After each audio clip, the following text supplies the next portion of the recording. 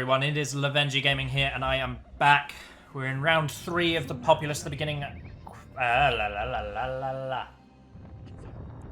can't even take that out of the footage.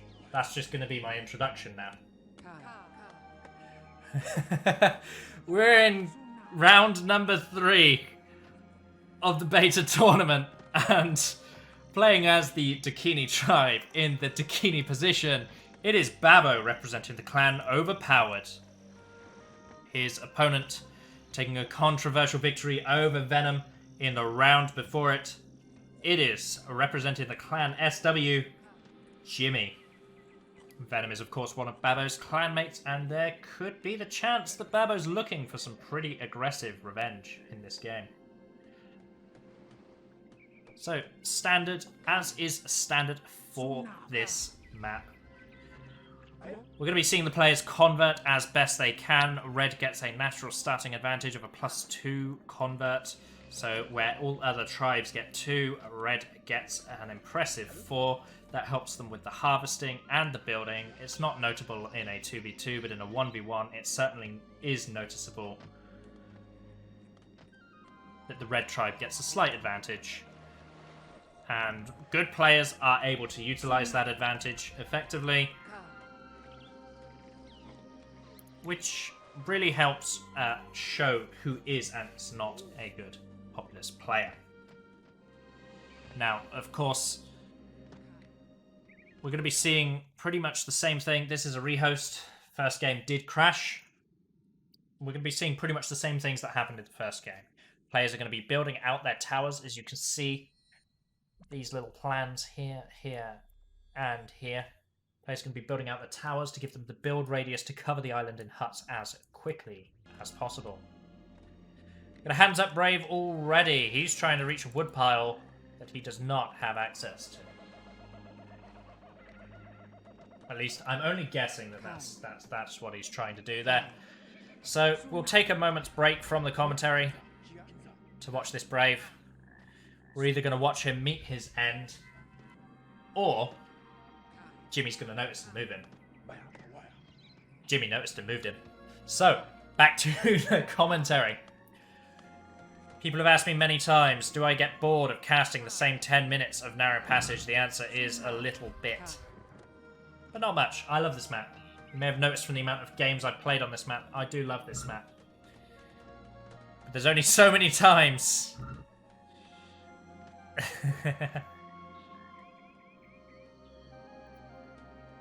There's only so many times that you can cast the same 10 minutes of people building before you realise perhaps I should have picked a different tournament map.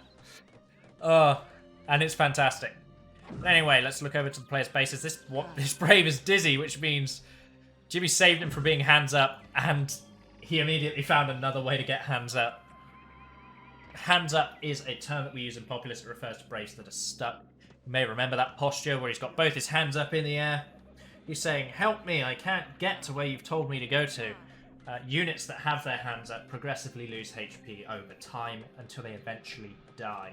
It's because Populous is a game, the beta doesn't have it, but Populous was originally a game with a maximum population limit, and your ability to terraform meant that you could get units stuck in very weird places, and there'd be no way to get them unstuck. So this system was built in so that the units would eventually die, so that you could get that population back in the event that they got stuck. Now, one of the interesting builds from Jimmy here, I'm pretending like I haven't seen it before. I am quite surprised that he's repeated it now that it's been seen once already.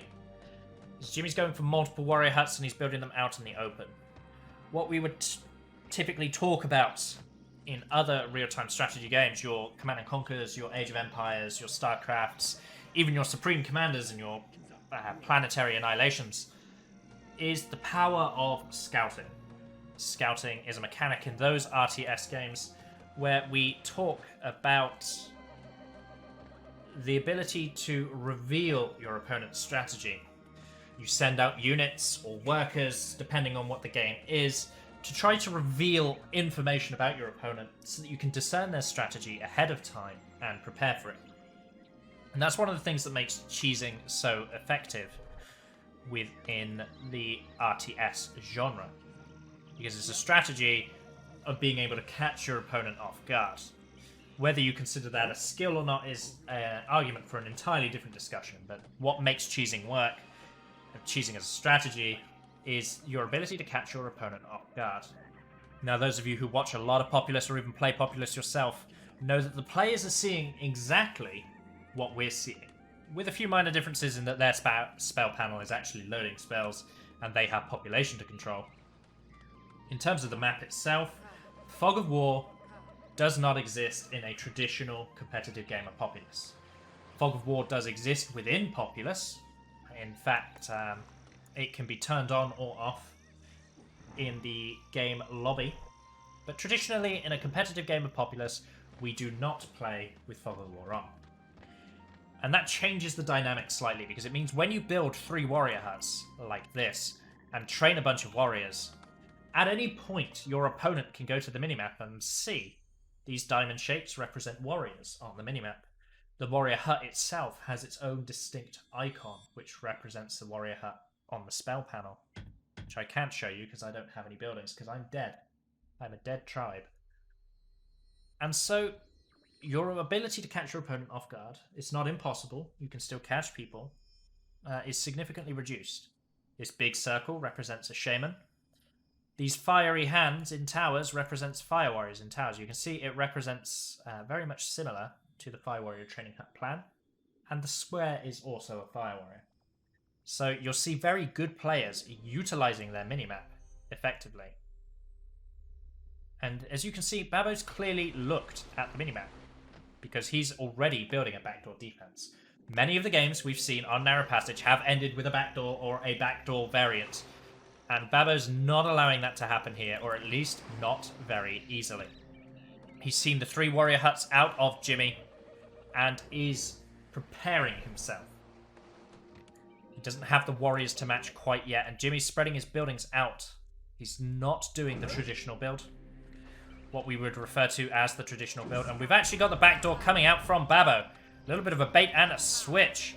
He's going out down the long way. It's a very interesting one. The backdoor's further away if you go from this point, but hopefully Babo has the mana to make something happen. He's got 1 warrior training hut, 2 warrior training huts. He has 1 less warrior training hut at the moment, but he is building multiple more. He's starting to advance onto Jimmy. Jimmy built quite a sturdy frontline defense, but his backdoor is exposed. He's answering with his shaman. He's got a fire warrior hut on the way. It's his second one, of course. Right in the middle of my Fog of War lecture, and how the dynamic changes for Populous. And we've got Babo doing half a backdoor. And it seems that Babo's just threatening the backdoor, because it's 8 land bridges away. You know, he needs... No, probably not 8. But he's done a good chunk of land bridges here. He gets to build on this. He gets to cover it in towers, make it defensible, and then finish that LB off whenever he wants. He might decide to do that right away. He might decide to do that much later on into the game. But Babo is playing very aggressively, and he's got plenty of trees. He's been keeping the trees harvested, which is very important. Jimmy hasn't been building on the trees, but he's also not been harvesting them, so a lot of his trees have been cut down already. You see from the lack of wood piles on the floor that he's not been harvesting his trees. The sound of battle. The warriors are charging into their patrol points. Both players have their warriors on the front lines. I don't know when we'll do a 3v3 tournament, and why am I answering chat? This is meant to be a cast. I do apologise. Jimmy's going to answer back with a backdoor of his own. He's seen where Babo has placed his towers, and he says, I don't even care about your towers. I'm going to go right for it. The Fire Warriors are going to make it into the tower just in time. Jimmy needs to be careful. Don't know where Babo's Shaman is. Babo's Shaman could be proposing a trade. I do think the Shamans are going to go for a trade. Babo's going to let Jimmy into his base to go down the middle line. Now, that could be a blessing. It could also be a curse. Babo is notorious. Those of you who have seen my Narrow Passage gameplay videos, Babo is notorious for dying here all the time. So we'll see whether he goes down. The warriors pour into his base and they spread out here, there, and everywhere. Babo actually turns some warriors around. No, he's changed his mind again. He's getting his warriors into the base. Yellow warrior has already been pushed in. Babo backs his shaman off just a bit to make sure that she does not get blasted by a fire warrior. Babo makes it into Jimmy's base. Meanwhile, Jimmy is also in the base. of Babo. We need to see some spells cast from the shamans. Come on, let's see something. Has to be something. Neither shaman's casting any spells. No, just kidding. Have an earthquake from Babo, but of course, as I was mentioning, Jimmy has built in an anti-earthquake way. It means the earthquake does not get anywhere near as much as it could have done if that was a traditional grid-style building. But what Jimmy really needs to be careful of is this number of warriors, and in fact, yeah, he's even running his warriors home to try and answer it. Babo's spread warriors out here, there, and everywhere. They are in huts. They are standing idle, taking a break. Jimmy's going through Babo's base and just hitting each warrior hut with a lightning. And that's good, because once a building loses 1 wood stage of HP, it takes 90 seconds for that building to be repairable again. Meaning all 3 of these warrior huts are out of action for 90 seconds from the point that they get lightninged. Which means all 3 warrior huts cannot be producing brand new warriors. And you see, Jimmy's plan is to win the game with troops. Babo's got warriors in Jimmy's base doing damage of their own, but actually I think Jimmy's got more warriors. And Jimmy's still got use of his warrior training huts, so if he can keep his warrior training huts pumping out warriors, as well as... Oh! Jimmy was in one of Babo's huts, and I don't think Babo saw him, so Babo goes down to a lightning. That could be disastrous for Babo right now. Jimmy playing very aggressively. We've got warriors in all the huts everywhere. Babo has a significantly bigger base. Very well built. He's got warriors in Jimmy's base tearing it down, but there are more warriors for Jimmy than there are for Babo.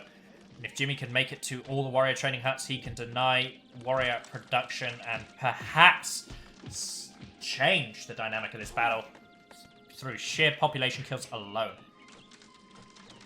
But Jimmy needs to secure one of his warrior training huts. He does have one. He still has a warrior training hut. He's sent Braves to it.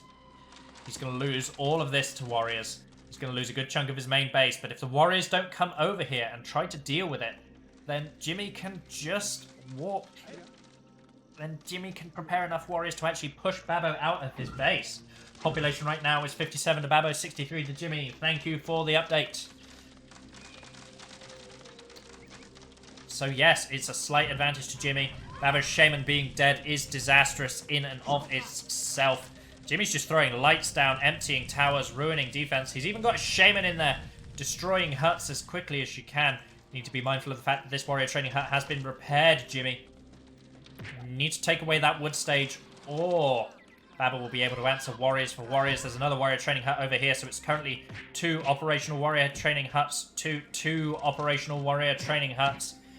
They're neck and neck, they're dead even. Babo's base looks bigger, but Jimmy does have a population lead at the moment. These warriors are getting stuck. That could cost Jimmy. You need to make sure they're doing something far more productive. Excellent. Jimmy gets those warriors unstuck. Shaman is by a warrior training hut. It looks like she is ready to take that one down. Warriors are pouring forward to try and take out the other warrior training hut as well. Babo's in the base blasting, but is it enough to make a difference? Wild men have started appearing on the map again. That's a sign that population is getting low for both sides.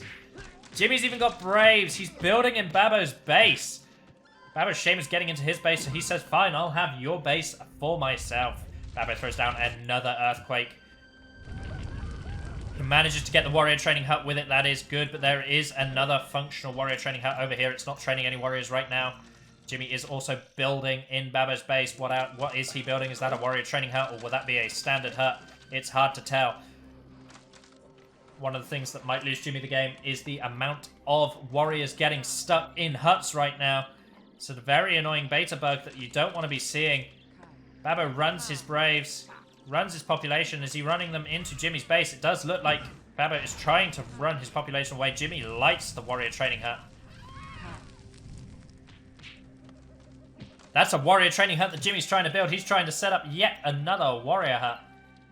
While Babo's warriors run rampant in his base, someone needs to get into another base and deal with these warriors.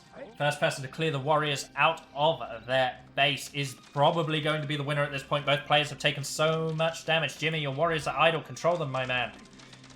And Babo recognizes it. He's actually returned to his base in hopes of blasting some of these warriors.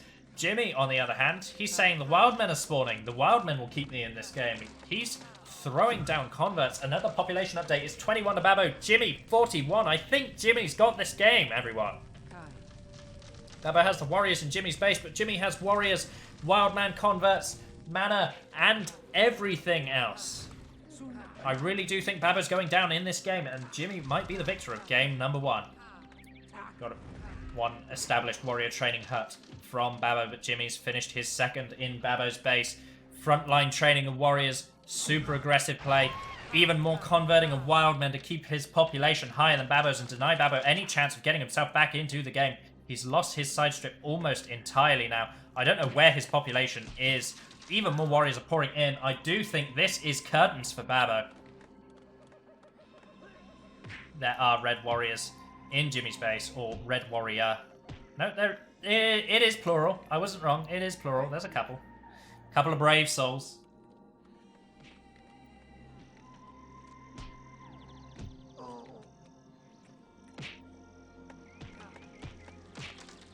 Babo's warriors are just going down.